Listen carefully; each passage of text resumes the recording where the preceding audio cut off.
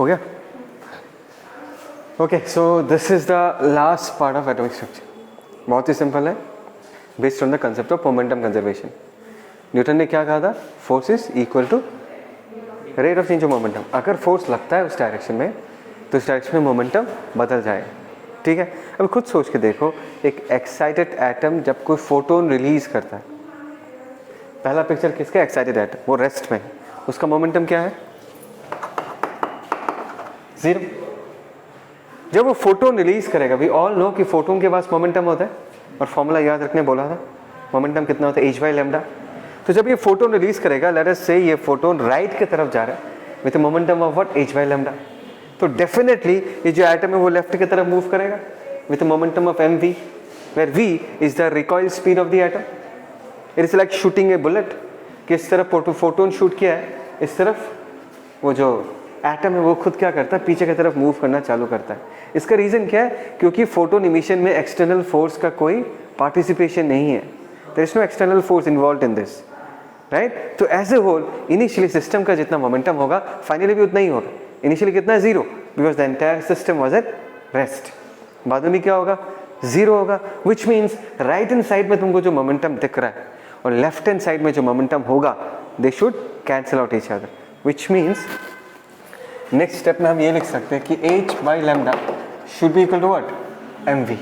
हमारा मोटिव क्या? हम ये निकालना चाहते हैं recoil velocity of an atom, मतलब v का वैल्यू निकालना चाहते हैं कि फोटोन इमिट करने के बाद v का स्पीड कितना होगा. फोकस में है ना? Okay, so v in this case is h/m into λ. ठीक है ना? इसको और थोड़ा सजा के लिखेंगे, इसमें और एक एनर्जी वाला कंसेप्ट यूज करेंगे, राइट? लेट अस से इस पूरे प्रोसेस में ई एनर्जी रिलीज हुआ है because this is a process of de excitation. एक इलेक्ट्रॉन ऊपर से नीचे आता है तो एनर्जी वो रिलीज करेगा. ध्यान से सुनना लेकिन, ठीक है? अभी जब ये फोटोन एनर्जी रिलीज करेगा, ये किस फॉर्म में हमको दिखता है? सॉरी, मैंने गलत बोला. फोटोन एनर्जी रिलीज, इलेक्ट्रॉन जब डी एक्साइट करेगा वो इस प्रोसेस में क्या करेगा? एनर्जी रिलीज करेगा. एक्चुअली में ये जो एनर्जी है वो दोनों में बंटता है.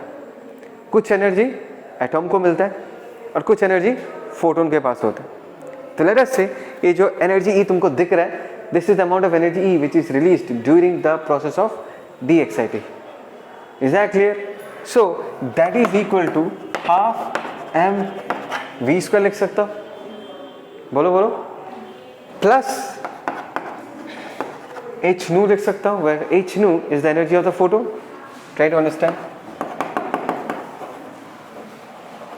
And this is the kinetic energy of the atom, and this is the de-excitation energy. मतलब जब ये de-excite होता है तब कितना अमाउंट ऑफ एनर्जी रिलीज होता है. Is that clear? क्या तुमको ये समझ में आया?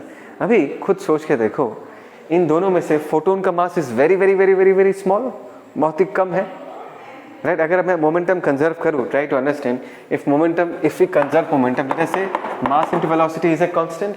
मैं इस केस के लिए नहीं बता रहा, मैं इन जनरल बता रहा हूँ.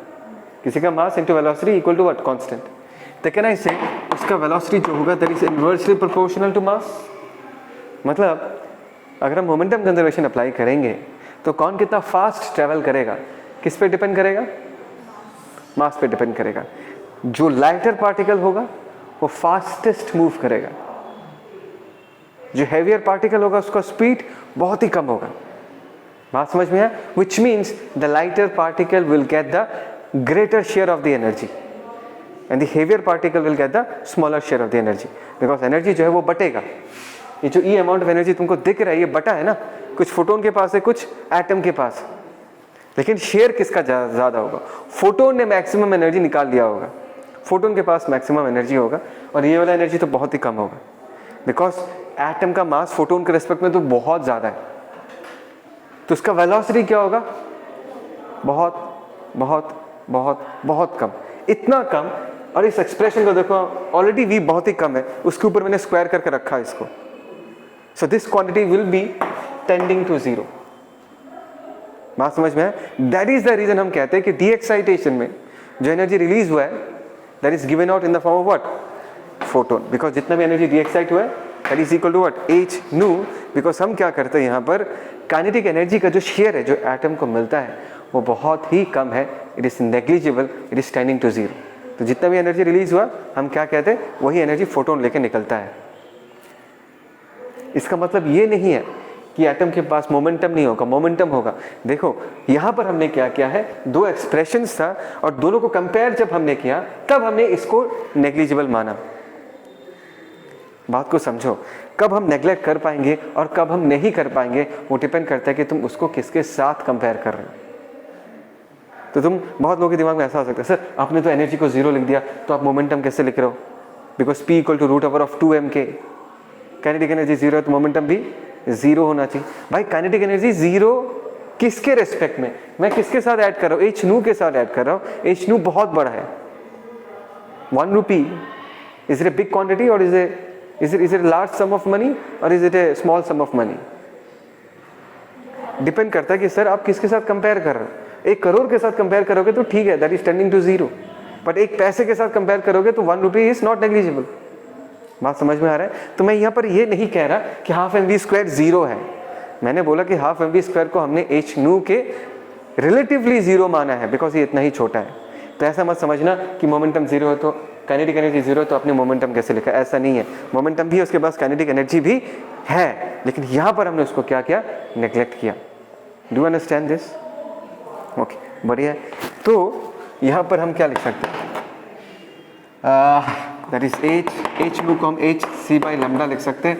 हम यहाँ पर h/λ को रिप्लेस कर देंगे तो h/λ को हम क्या लिख सकते हैं, E/c, this is h/λ, right. So recoil speed, यही फॉर्मूला फिर से नीचे दिखाई दे रहा है ना, देख, हाँ,